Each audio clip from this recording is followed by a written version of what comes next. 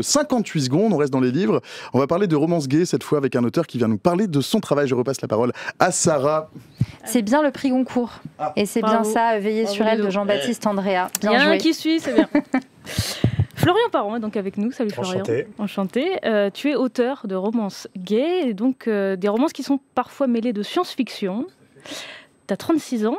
Ne te plante pas, tout va bien. Est-ce que tu peux nous raconter un peu ton parcours? Depuis combien de temps tu écris? Qu'est-ce que... C'est parti, sont... avec plaisir. On va 5 être... minutes. 5 minutes, ouais. Top chrono. Non, on va être sur quelque chose de plus léger que ce que tu viens de présenter, mais néanmoins, je pense... quand même dans le fond un combat, puisque mon désir, ça a été de me mettre à écrire. Donc ça fait 3 ans que j'ai commencé pendant le confinement. C'est pas du tout à la base ma vocation, je suis pas spécialement littéraire, moi je fais du marketing, je fais du commerce, je travaille dans un grand groupe français. Je suis vraiment issu du milieu de la vente, mais j'ai quand même eu par mon expérience des années travaillé chez Warner Bros, donc dans le cinéma. J'ai quand même cette appétence pour les films, pour les séries. C'est vraiment quelque chose qui me plaît énormément. Et pendant le confinement, j'ai décidé du coup de me lancer dans l'écriture parce que j'étais seul dans mon appart, que j'avais rien à faire d'autre que pour exprimer une certaine liberté, une certaine évasion, que de me lancer là-dedans. Et j'avais envie de raconter aussi des histoires, parce que je suis un passionné quand même d'histoire. Et ça a pris le format livre, mais si dans un autre contexte, peut-être qu'on aurait été sur de la fiction, réalisation audiovisuelle. Et pour faire du coup le lien, effectivement, mon combat, même si... Je suis un auteur gay, auteur de romances gays, mais pour moi, c'est des romances gays, on va dire, inclusives. En fait, la sexualité de mes personnages n'est pas au cœur de l'intrigue. J'ai le désir de mettre en avant, en fait, des personnes de la communauté LGBT en tant que personnages principaux de mes histoires. Mais avant tout, je raconte des histoires, j'ai envie de faire rêver, j'ai envie de faire voyager, j'ai envie de toucher à des phénomènes aussi... sociologique qui touche beaucoup de jeunes trentenaires, la recherche du grand amour, les applications, les échecs, les dates, l'envie de trouver le prince ou la je sais pas si on dit la princesse charmante, on peut le dire peut-être, l'envie de le ou la trouver, mais en même temps de ne donner sa chance à personne. En fait, j'ai envie aussi de toucher ces sujets sociaux à travers mes histoires, pour donner aussi réflexion, peut-être aider mes lecteurs à prendre un autre chemin dans leur parcours, notamment amoureux, mais à travers mes 4 livres. Du coup, j'ai écrit 4 livres en 3 ans. Je touche à d'autres sujets que sont la perte, que sont le développement personnel, des sujets plus autour de l'adolescence à travers mon dernier roman.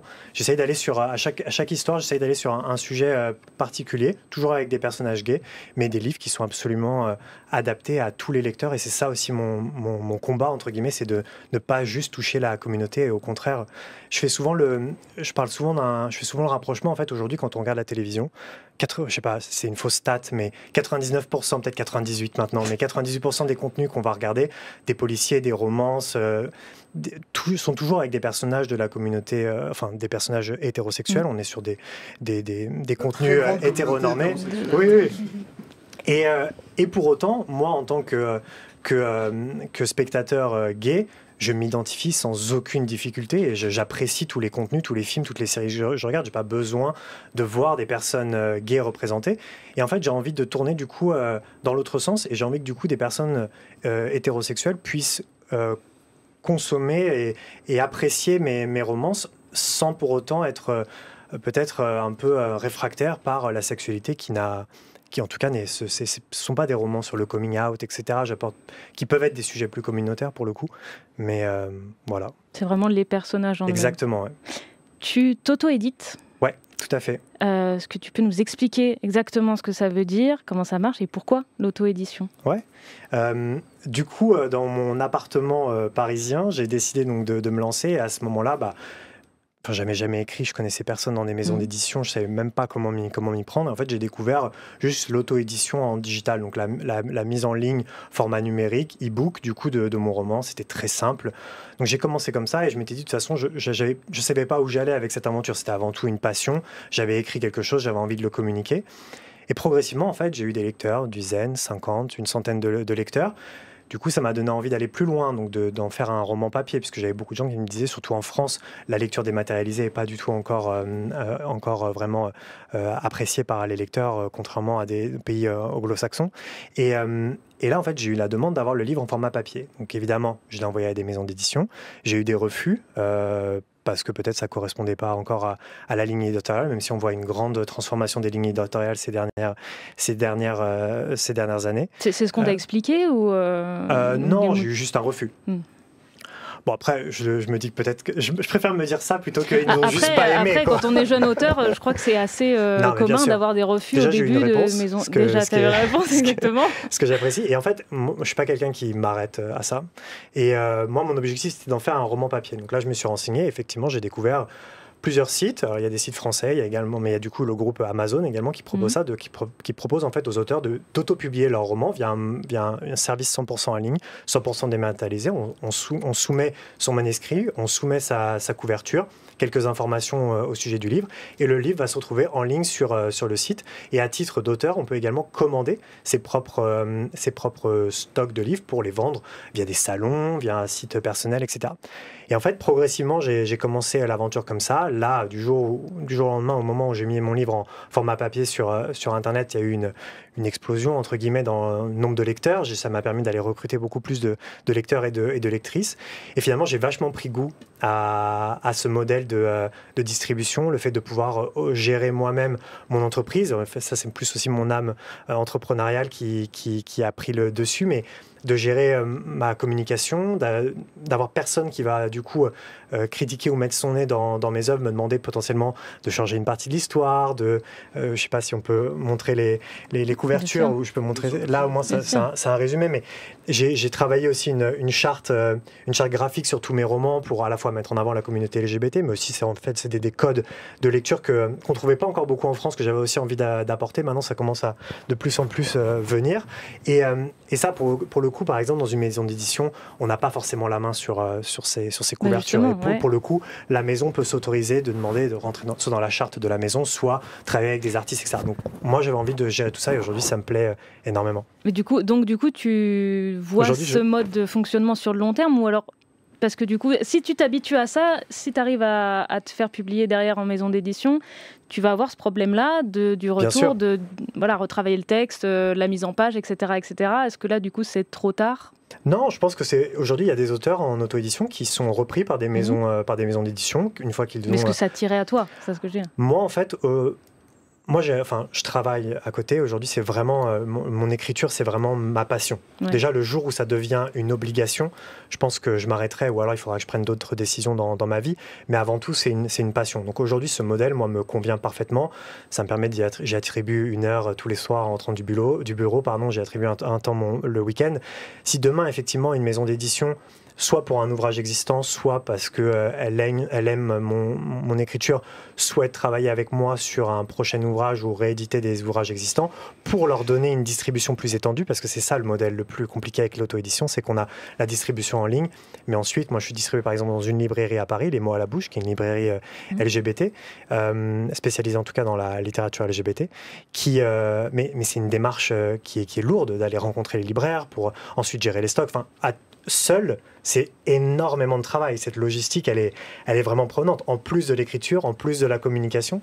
Et demain, effectivement, si une maison voulait m'accompagner là-dedans pour me donner aussi une distribution beaucoup plus étendue, qu'on puisse aller toucher beaucoup plus de lecteurs aussi et faire passer ces messages aussi que j'ai envie de faire passer, évidemment, je serais intéressé de saisir l'opportunité. Mais pour le moment, en tout cas, moi, c'est quelque chose qui me va très bien. Et j'ai vraiment aussi envie de pousser tous les auteurs amateurs qui ont des écrits, qui se disent que les maisons ne vont jamais pouvoir les publier, ou alors qui veulent juste se publier pour être publiés, mais qui ne cherchent pas la carrière, etc., ou vendre des centaines de milliers d'exemplaires. Sachant qu'en tout cas, l'auto-édition, ça existe, c'est facile, c'est 0 € d'investissement personnel, il n'y a pas besoin d'apport, c'est juste un petit peu de temps. Du temps, ouais. Mais c'est de la passion et c'est vraiment cool, quoi.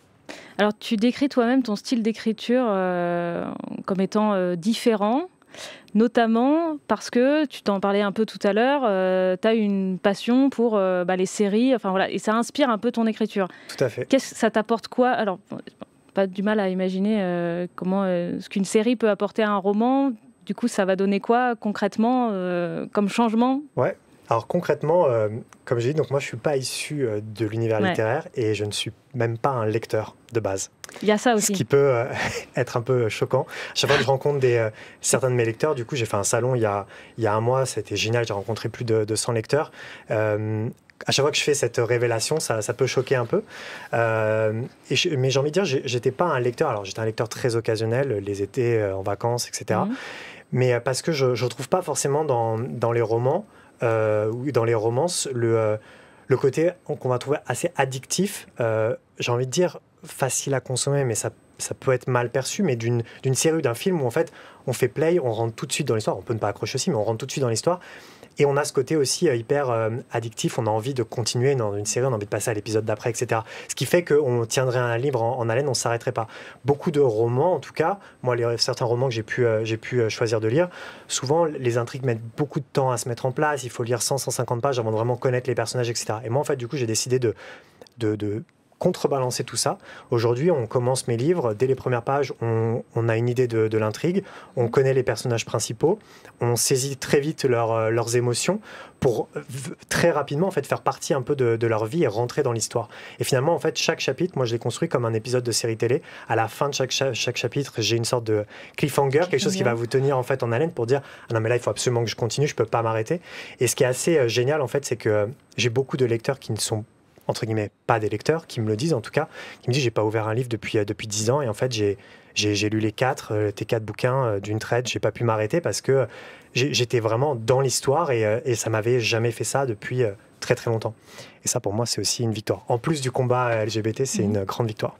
Ça fait 2 messages en même temps. Ça fait deux messages en même temps, mais c'est deux choses qui me tiennent. Non, au contraire, non, mais c'est deux choses qui me tiennent vraiment à cœur. Après, c'est encore une fois, du coup, si demain je devais dire, je cherche à toucher tous les amateurs de romance et toutes les personnes aussi qui ont plus envie ou qui n'ont plus envie de lire depuis un moment, peut-être de se remettre à la lecture avec des romances captivantes et riches. Et tu as parlé de science-fiction juste avant. C'est vrai que je nourris vachement on n'est pas dans le paranormal, mais il y a toujours une touche de fantasy science-fiction dans mes livres qui aussi nourrit, je pense, une passion dans la lecture qui est assez jouissif, quoi. Donc, voilà. Et une dernière question sur le public que tu vises en termes de tranche d'âge, j'entends plutôt.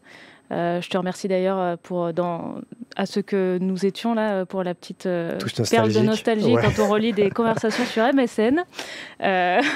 Est-ce que justement tu vises des gens qui ont à peu près ton âge et qui donc ont connu MSN? Est-ce que ça va plus jeune? Est-ce que ça dépend Voilà, j'ai pas osé. Non, je m'inclus dedans, hein, donc ça ne compte pas. Est-ce que ça vise un public aussi plus jeune? Est-ce que ça dépend des histoires peut-être? Ouais, en fait, mon public aujourd'hui, je pense qu'il est essentiellement masculin, même si je commence à avoir de plus en plus de lectrices et j'en suis hyper content. Il y a plein de femmes qui me découvrent et qui sont heureuses de lire mes romans, parce que ça change aussi dans la romance, sans trop rentrer dans ce débat-là, mais dans la romance LGBT, la romance que j'écris pourrait être caractérisée comme de la romance MM, donc men ou masculine. Très souvent, on peut être sur un caractère un peu... Enfin, très souvent. Il y a une partie de cette romance-là qui peut être très érotique. Moi, c'est pas mon axe. Il y a de la romance. Ce sont des histoires d'amour, mais c'est avant tout c'est avant tout de l'amour. Et du coup, il y a des lectrices aussi qui sont un peu fans de ce genre de lecture-là, qui trouvent une nouvelle facette de cette romance MM, donc qui les intéresse beaucoup. Les lecteurs de romance en général. Et sinon, sur mon public, effectivement, donc masculin, beaucoup de trentenaires, mais j'ai de plus en plus aussi de jeunes. Je pense que sur mon premier roman, par exemple, Retrouve-moi ce soir, où je traite du coup de cette recherche du grand amour à travers les applications, etc. Aujourd'hui, c'est quelque chose qui m'a touché, mais c'est quelque chose qui touche, je pense, aussi tous les jeunes aujourd'hui de 20 ans, qui surconsomment les relations via les applications, mais qui font naître également ce fantasme du prince charmant en l'occurrence, et qui peuvent trouver des solutions, je pense, dans mes livres. Donc c'est aussi adressé pour eux. Et dans mon dernier dernier roman, je switch un peu entre deux genres, donc le genre vraiment young adult, qui est aussi en pleine explosion, donc des romans comme My Dear Fucking Prince, qui est sorti, ou Red, White, Royal Blue, ou également il y a un autre de l'auteur américain Adam Silvera, celui qui meurt à la fin. Ces romans qui sont vraiment adressés à un public plus jeune, on va dire 18 ans. Moi, j'essaye de les toucher également dans ce quatrième livre, et avec toujours cette notion nostalgique pour plaire à ma cible trentenaire et plus. De vieilles personnes comme nous. Merci beaucoup, Florian Parent, d'être venu pour nous parler de ton travail. Tes livres, on peut peut-être les citer. Donc, Ne pars pas, À ceux que nous étions, Les songes d'Elias et Retrouve-moi ce soir, qui sont donc dispo en coffret. Merci Olivier. Et donc en auto-édition, donc c'est dispo sur ton site. Exactement. Voilà. Ouais, okay. C'est dispo sur florianparent.fr. Chez du coup Les mots à la bouche si vous les achetez également en librairie à Paris. Ouais. Merci beaucoup Florian. Avec grand plaisir. Et je laisse la parole à Ludo pour la suite. On a Ronan Guénou qui nous rappelle au bon souvenir des